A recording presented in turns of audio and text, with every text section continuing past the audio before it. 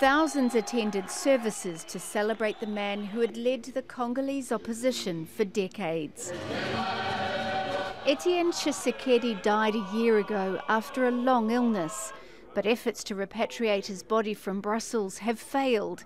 The bishop who led his mass is also Tshisekedi's brother. He renewed the call for his body to be brought back home. We are counting on pressure from around the world so that finally the authorities will decide to repatriate the remains of Tshisekedi and organize the funeral that he deserves. Etienne Tshisekedi was a veteran politician, described by his supporters as a champion of non-violence against those who abused their power and position. He first served with and then stood against the government of dictator Mobutu Sese Seko.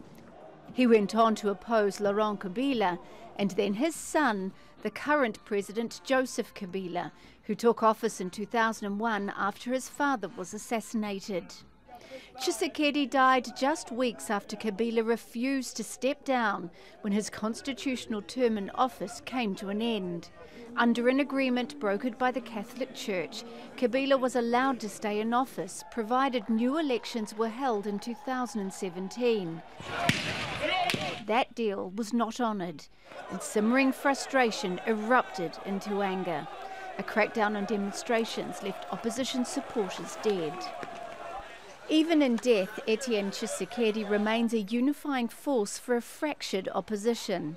Among those attending services, his son Felix, who replaced him as head of the opposition coalition, and Bruno Tshibala, an opposition leader and now Congolese Prime Minister.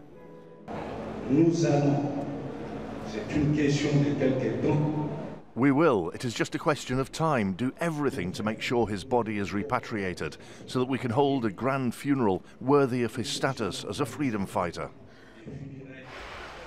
Congolese authorities now say elections will be held in December, but Kabila's opponents say it's just delay tactics. And all the while, armed groups are becoming a growing threat in the mineral-rich nation. The fear is of a return to the sort of conflict that killed and displaced millions of people more than 20 years ago. Mereana, Al Jazeera.